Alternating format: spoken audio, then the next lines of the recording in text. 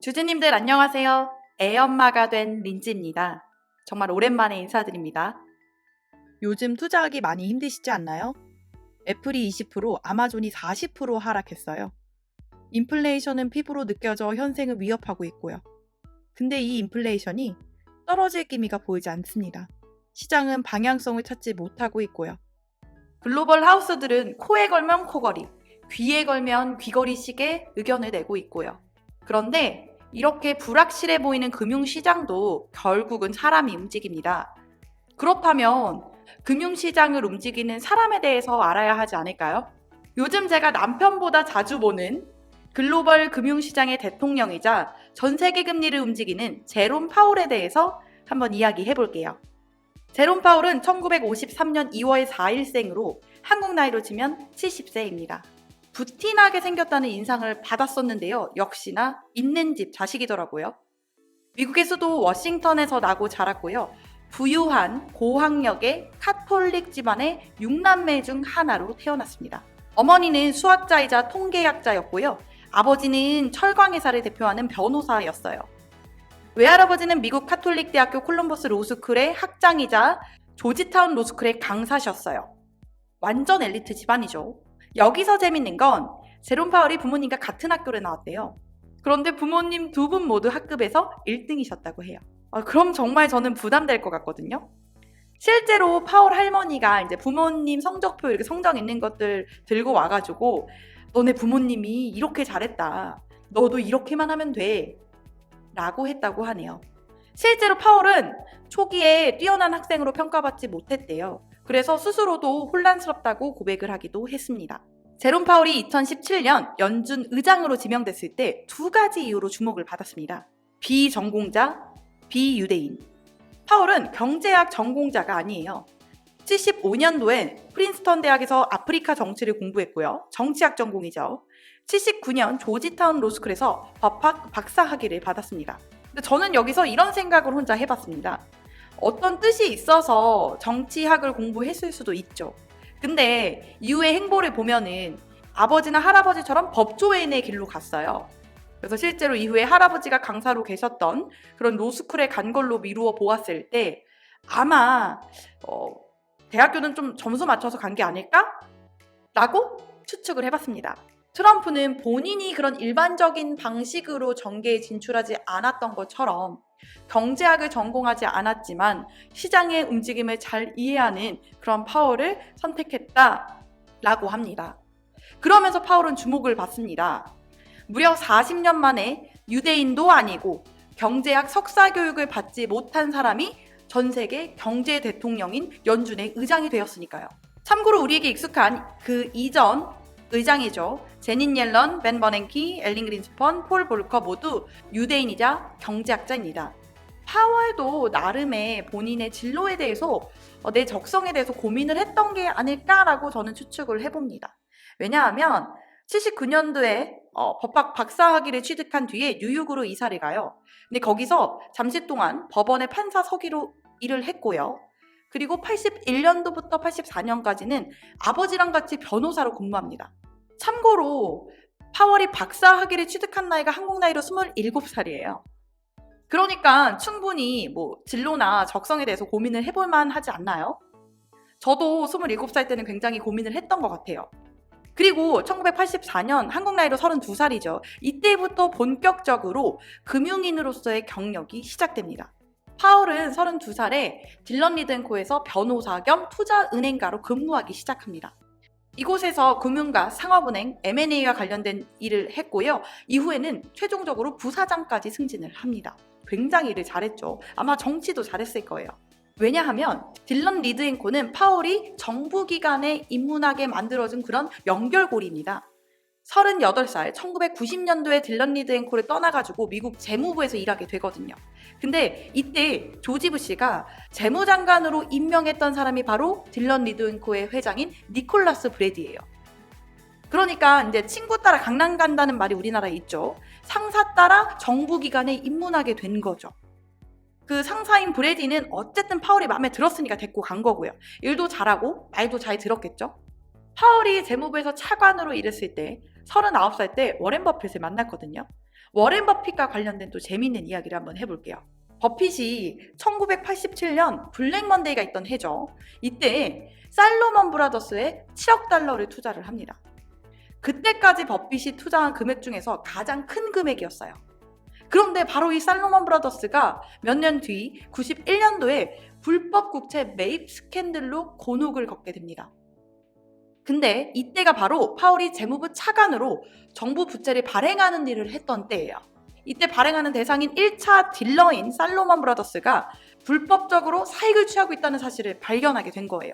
결국 살로몬 브라더스는 이 불법 국채 매입 사건 때문에 파산 위기에 처하게 되죠. 근데 문제가 뭐냐면 잘못은 불법은 살로몬이 했는데 살로몬 하나가 파산하면은 다른 월스트리트에 있는 기업들이 줄줄이 무너질 게 너무나 뻔한 거예요. 명확한 거예요. 월스트리트 경험이 있는 브래디와 제롬 파월은 이 사실을 너무나도 잘 알고 있었어요. 그래서 39세의 제롬 파월이 62세의 워렌 버핏을 설득합니다. 살로몬 브라더스의 임시 의장, CEO가 되어서 회사를 좀 구제해달라고요. 버핏 입장에서는 쉽지 않은 일이었어요. 본인이 불법을 저지른 게 아닌데 괜히 관여했다가 불명예를 입을 수도 있으니까요. 하지만 버핏 역시 큰 금액을 투자했기 때문에 회사를 인수하고 본인의 명성을 좀 유지해야 될 그런 유인이 있었습니다. 결과적으로 둘의 공조는 윈윈의 결과를 만들어냈어요. 제롬 파월은 버핏을 설득해서 살로몬 스캔들이 이런 다른 기업들의 시스템적인 문제로 번지지 않게 막았다라는 평가를 받고 있고요. 버핏은 이 살로몬 인수를 통해서 월스트리트의 주요 인물이 됩니다. 버핏은 뉴욕이 아닌 오마하에 쭉 거주했기 때문에 사실 월가에는 잘 알려지지 않았었어요. 근데 이 사건을 통해서 투자자로서의 명성과 부를 키우게 됩니다. 제롬 파월은 여전히 살로몬에 대한 악몽을 꾼다고 말할 정도로 당시에 힘들었다라고 해요. 살로몬 스캔들을 잘 해결하고 좋은 명성을 쌓기도 했지만요. 이후에 불명예스러운 사건에 휘말리기도 합니다. 제롬 파월은 빌 클린턴이 당선된 이후에 재무부를 떠납니다. 그리고는 뱅커스 트러스트의 전무이사가 되는데요. 뱅커스 트러스트는 파생상품 분야의 사관학교라 불렸던 곳입니다. 그런데 의도적으로 고객들을 오도하고 수백만 달러의 피해를 주었다는 사실이 밝혀지게 되면서 논란에 휩싸이게 됩니다. 근데 당시 제롬 파월이 전무이사였고요. 근데 이들이 피해를 준 고객 중에는 간도크지 P&G 같은 대기업도 있었습니다. P&G가 열받아가지고 이 관련 스캔들, 파생상품 스캔들을 폭로하면서 소송을 제기했고요. 그러면서 일이 커집니다.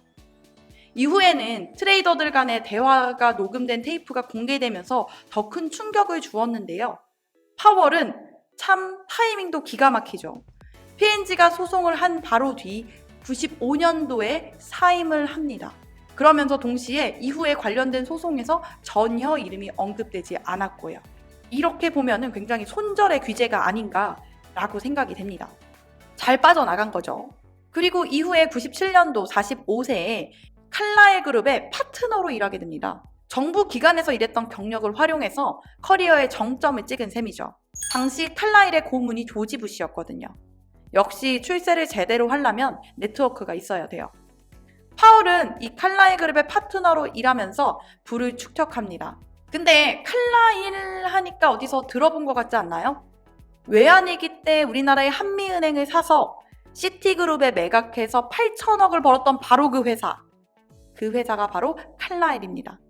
2010년 파월의 나이는 어느덧 58세가 됩니다. 파월은 워싱턴에 있는 초당파 정책센터로 갑니다. 그곳에서 방문 연구원이 되는데요. 이곳의 급여는 1년에 1달러라고 합니다. 돈은 충분히 벌었으니 명예직을 택했다라고 볼 수 있겠죠. 파월은 여기서 연구를 하게 되는데요. 2011년 파월의 연구가 주목을 받습니다. 정부가 연방부채의 한도를 높여서 더 많은 돈을 빌릴 수 있게 해야 한다. 그렇지 않으면 미국 경제와 세계 금융 시스템에 피해를 줄 거다라고 경고를 하는 그런 연구를 했는데요. 이 연구를 통해서 주목을 받게 됩니다. 실제로 파월이 조언한 것처럼 부채 한도를 올리는 데 의원들이 합의했고요. 이후에 2012년도 파월은 연준의 이사로 지명됩니다. 당시의 대통령은 오바마였고요. 그리고 2017년 트럼프의 지명으로 파월은 66세의 나이로 연준 의장으로 취임합니다. 재미있는 거는 2018년도 2월 5일에 취임을 했는데요. 생일 바로 다음날 승진했으니 아마 기분이 굉장히 좋았겠죠. 파월은 정치적으로 공화당원이에요. 하지만 2021년 조 바이든이 재차 의장으로 지명하면서 현재까지 일하고 있고요. 제롬 파월은 J라는 닉네임이 있고요. 월스트리트 저널은 미스터 오디너리, 뉴욕 금융계는 보링이라고 부른다고 해요. 파월의 취미는 골프랑 기타이며 젊었을 때는 사이클에 굉장히 진심이었다고 합니다. 본인의 집에서 중앙은행이 있는 건물까지 자전거를 타고 통근했다고 해요. 66세 의장이 되었을 때. 파월은 굉장히 독특한 재주가 있습니다. 조금 경악할 만하다고 저는 생각이 되는데요. 자신이 말한 문장을 거꾸로 말하는 능력이 있습니다. 능력이 말하는 거꾸로 문장을 말한 자신이. 이렇게 말하는 거예요. 대단하죠? 그리고 파월은 부자예요. 순 자산이 약 5,500만 달러, 우리나라 돈으로 700억 정도 됩니다. 전임자였던 옐런의 순 자산이 165억 원이었다라고 하니까 뭐 4배가 넘는 돈이죠. 근데 뭐 제 기준에 옐런은 그냥 부자, 파월은 슈퍼 부자 정도가 될 수 있을 것 같아요. 제롬 파월에 대한 주변인들의 평가를 한번 들어볼까요? 칼라일의 공동 창립자인 데이비드 루벤스타인은 파월에 대해 이렇게 표현했습니다. 평범하고 호감이 가고 성격이 좋은 사람이에요. 그는 경제학 박사 학위는 없지만 사람들과 어울리는 방법에 대해서는 박사 학위를 가지고 있어요. 근데 실제로 이런 평가가 일리 있는 것 같아 보여요. 왜냐하면 파월 의장의 전임자이자 현 재무장관인 제닛 옐런은 파월 의장의 연임을 바이든 대통령에 굉장히 건의해 왔다라고 하니까요. 그리고 의장이 되기 전에 페드에서 있었던 통화 정책에서 단 한 번도 5년 동안 다수의 의견에 배치되는 투표를 하지 않았다라고 합니다. 그래서 벤 버냉키 전 페드 의장은 회고록에서 중립 성향의 합의 도출형 리더라고 파월을 평가했습니다. 뭔가 저는 들으면서 성격도 굉장히 비둘기파적이다 라고 생각을 했습니다. 파월에 대해서 부정적인 평가도 꽤 있어요. 특히 무엇보다 작년에 인플레이션 is transitory 라는 잘못된 진단을 통해 가지고 시장의 신뢰를 완전히 잃었었죠. 그러면서 투자자들의 조롱의 대상이 됐습니다. 누가 만들었는지 참 잘 만들었죠. 자, 경제 대통령 제롬 파월에 대해서 한번 이야기를 해봤는데요. 어때요? 어떤 사람인지 좀 감이 잡히시나요? 인플레이션과 금리 인상이 현재 시장에 계속해서 큰 이슈예요. 중요한 지표들도 많지만 통화 정책을 움직이는 최고 사령관인 제롬 파월에 대해서 꼭 한번 이야기를 해보고 싶었습니다. 시청해주셔서 감사합니다. 지금까지 힘들어도 즐겁게 투자하는 민지였습니다. 감사합니다.